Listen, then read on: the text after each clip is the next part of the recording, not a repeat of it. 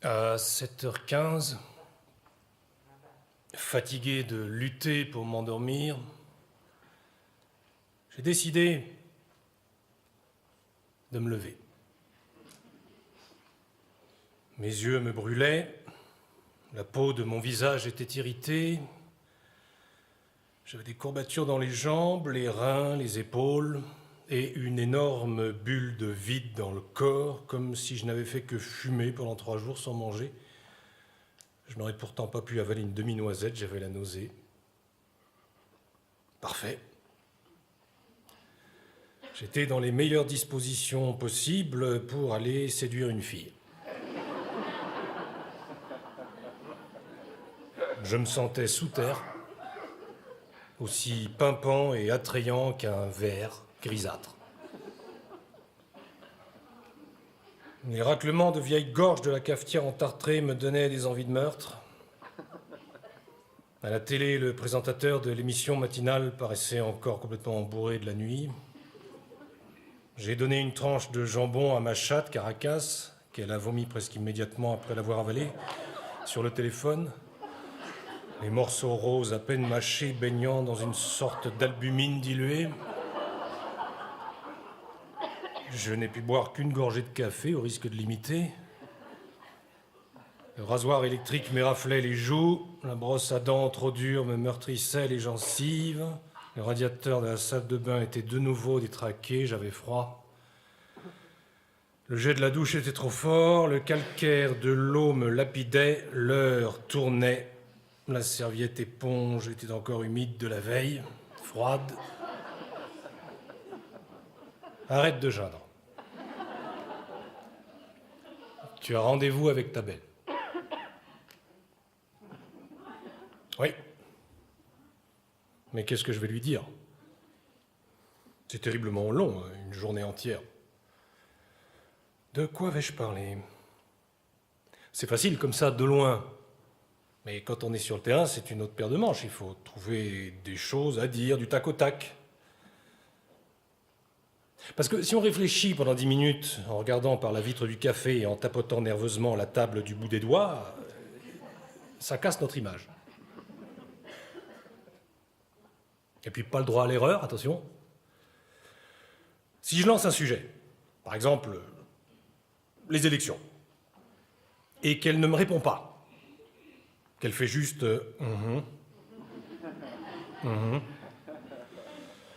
je me retrouve dans une drôle de panade. Soit je continue tout seul, et je la saoule avec un monologue d'une demi-heure sur les chances du Parti socialiste dans la région centre, et pendant tout ce temps, une seule phrase résonne dans sa tête, il faut à tout prix que je me sorte de ce guêpier. Soit je ne continue pas. Et c'est comme si j'avouais... j'ai lancé ce thème au hasard parce que je cédais à la panique, mais je comprends bien que ça n'intéresse personne, c'est d'une lourdeur hors du commun, et mieux vaut passer le plus vite possible à autre chose, si tu as une idée. J'ai bien le mutisme désolant des intellectuels dans la société d'aujourd'hui, mais... je ne sais pas si ça ne va pas nous plonger dans une profonde torpeur. Et pendant ce temps, une seule phrase résonne dans sa tête. Et si je simulais une violente rage de dents pour pouvoir filer? En cas de blocage total, de néant sonore absolument insurmontable, il y a toujours la ficelle classique. Ce que j'aime avec toi, c'est qu'on n'a pas besoin de parler sans arrêt. Mais la plupart des gens bavardent, comme s'ils avaient peur de passer pour des imbéciles en ne disant rien. Mais avec toi, je ne me sens pas en représentation permanente, ça fait du bien, je t'assure. C'est une astuce assez connue, qui ne fait que rarement illusion.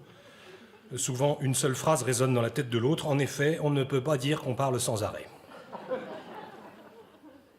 De quoi vais-je parler? Elle aura peut-être 2-3 choses à dire, elle aussi, non? Oui, mais si je passe toute la journée à l'écouter, j'aurai l'air de quoi? Non, il faut que je trouve des sujets. Le mieux, ce serait que je prépare une petite liste mentale, hein, quand même, je suis pas si cloche, et que je lance les différents sujets à l'occasion. comme si les idées me tombaient sans arrêt du ciel. Que je fasse un peu le type brillant, quoi. Bon. Mais qu'est-ce que je mets dans ma liste ? Ni les élections, non, ni le silence des intellos. Je vais comme pas lui parler de mon métier, parce que si je commence à lui expliquer l'importance des numéros à la corde dans les boîtes de départ, sur les 1400 mètres de la nouvelle piste de Longchamp, avec arrivée au deuxième poteau, elle s'endort sous mes yeux, et je ne sais plus comment réagir. Une chose qui n'est plus à prouver, c'est qu'il ne faut pas que je parle de mes fiancées précédentes. C'est archi connu, ça. À ne jamais se laisser aller à ça avec une fille. Ça l'assomme ou ça la met dans une rage noire. Tout le monde le dit. D'autant que, dans ce cas précis, Pollux ne m'a vu que 2 fois dans sa vie. La première, Cécile me bavait dans le cou, et la seconde, je bavais dans le cou de l'or. Je dois également éviter tous les thèmes comme la mort, la maladie, le suicide, l'avortement, le viol. Car, hormis le fait que ça n'injecte pas franchement de la gaieté dans la conversation, on ne sait pas trop à qui on parle. Ça peut très très très mal tomber. Je suis bloqué aussi au niveau de mes goûts musicaux, car j'aime principalement la variété française ringarde. Le jazz, ça n'a pas bien pris. Et à moins d'un coup de chance extraordinaire, je risque de passer pour une andouille. Il neige dehors, mais il est hors de question de prononcer un seul mot sur le temps qu'il fait. Bon alors quoi ? Je suis fichu, c'est ça ? Je n'ai rien à dire. J'improviserai. J'espère que je sais improviser. Comme j'étais en avance, je suis entré dans une boulangerie de tradition.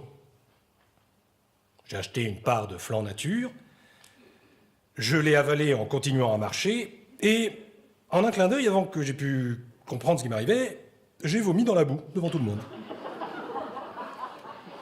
Ouais. Si j'avais été une femme, j'aurais pu regarder mon ventre d'un air gentiment réprobateur, l'air de dire au bébé « Tu m'en fais voir de toutes les couleurs, toi, tu sais !»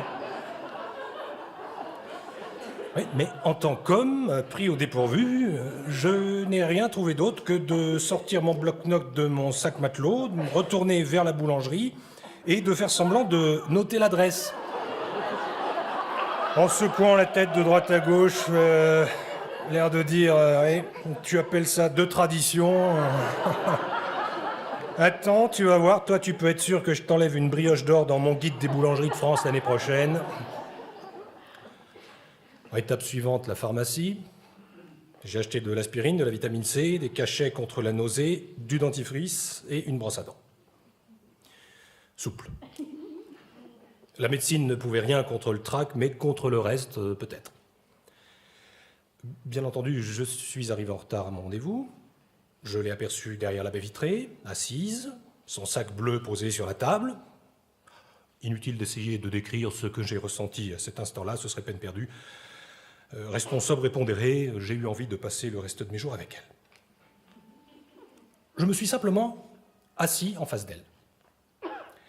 Elle m'a demandé, en souriant, mais peut-être ne plaisantait-elle pas tout à fait, si je savais de quoi nous allions pouvoir discuter durant toute cette journée. Elle m'a avoué qu'elle y avait pensé avec une certaine inquiétude et qu'elle était même jusqu'à aller chercher des idées. Quoi ? Non. Oh. Elle n'est pas sérieuse, j'espère. Oh. J'ai jamais rien entendu d'aussi drôle. Comment a-t-elle pu réfléchir à une chose pareille ? Il faut prévoir ce dont on va parler quand on a rendez-vous avec quelqu'un. Oh, ce serait un con. C'est quand même pas un entretien d'embauche que je sache. Si ? Oh non, non. Non, qu'elle m'excuse, mais je ne peux pas m'empêcher de rire. Désolé. J'espère que je ne l'ai pas vexée, mais c'est la première fois que j'entends ça. Nous avons commandé 2 cafés et elle a demandé une assiette au garçon sur laquelle elle a amoureusement disposé 2 croissants qu'elle a sortis de son sac bleu et qu'elle venait d'acheter dans une excellente boulangerie près de chez elle, la meilleure du quartier à son avis, pour marquer correctement le début de notre journée ensemble. Elle sous-entendait le début de notre vie ensemble, je crois. Nos croissants de fiançailles. Je ne bougeais plus. J'étais pris de court. Il ne faut pas se voiler la face. Ils avaient effectivement l'air délicieux, ces croissants, mais gros et gorgés de beurre. À la diablesse. Quel coup de maître. Involontaire, évidemment. Elle ne pouvait pas savoir que je n'avais pas dormi et que je venais de vomir un flanc. J'ai compris que j'étais coincé. La logique nous le dit. Face à un croissant, nous le mangeons ou nous ne le mangeons pas. Je ne pouvais pas faire mine de le manger et de le garder dans mes joues, à la manière du hamster, en attendant d'aller tout recracher plus tard dans les toilettes. Ce serait trop visible. J'aurais l'air boudeur. Si je le mangeais, je le vomissais dans la seconde, ça ne faisait aucun doute. Si je le laissais dans l'assiette, ce serait comme refuser une alliance à l'église. Il serait resté seul entre nous deux, intact, comme un non à notre amour. J'ai envisagé un moment de le laisser malencontreusement tomber par terre, l'émotion, et de marcher malencontreusement dessus en voulant le ramasser. Symboliquement, je ne pouvais pas. Comme je ne pourrais pas déchirer une photo de ma mère, même pour rire. Que faire? À l'instant précis où je décidais de me mettre à parler avec des gestes, avec mes mains, pour ne pas pouvoir le prendre, Pollux, l'Hésiaque, s'est levé, avec une grâce, une souplesse extraordinaire, soit dit en passant, à la fois calme et vive, pour aller chercher du sucre au comptoir. Pendant qu'elle me tournait le dos et attendait que le patron, fort sympathique, s'approche d'elle, j'ai saisi le croissant comme un caméléon attrape une mouche avec la langue et j'ai fourré dans la poche droite de ma veste un geste d'une rapidité exceptionnelle. J'avais dû baisser les yeux pour viser le croissant avec précision et ne pas heurter violemment l'assiette ni rater ma poche. Et quand je les ai relevés, elle me regardait sidérée.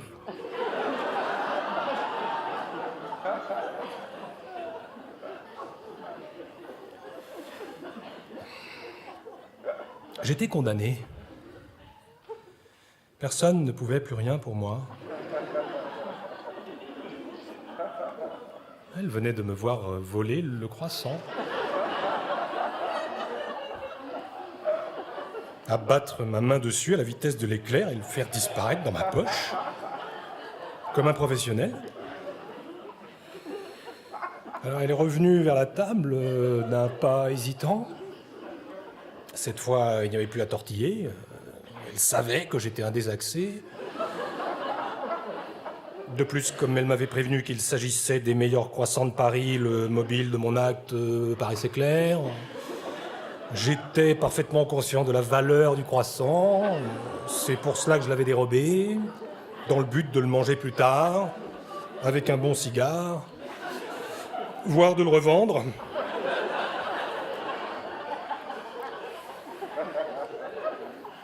Courageuse, elle s'est assise. La situation devenait à présent des plus délicates. Nous savions tous les deux que j'avais un croissant dans la poche. J'avais des miettes sur les doigts. Elle fixait mes doigts. Manifestement, elle ne comprenait plus la vie, ça devenait trop compliqué. Je mourais d'envie de lui dire la vérité. De ressortir mon croissant de ma poche et de tout lui expliquer. La nuit blanche, le trac, le flan. Non, pas le flan. Je lui ai donc dit la vérité. Elle a compris. Cette fille est le ciel pur. Quelqu'un qui me comprend, qui ne me reproche rien, qui ne me veut pas de mal. Cette fille est l'or des Incas. Elle a même ri. Elle a posé sa main sur la mienne pour que je ne m'inquiète pas. Cette fille est le miel des Vosges. Elle m'a embrassé du regard. Elle a mangé mon croissant.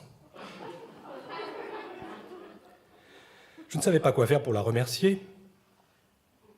Afin de me donner une contenance, je me sentais minuscule devant elle, j'ai sorti les médicaments de mon sac matelot pour prendre de la vitamine C ou de l'aspirine. Je crois que paraître un peu souffrant, fragile, sensible, tourmenté nous donne un je ne sais quoi de romantique qui peut s'avérer très porteur dans notre rapport avec la femme.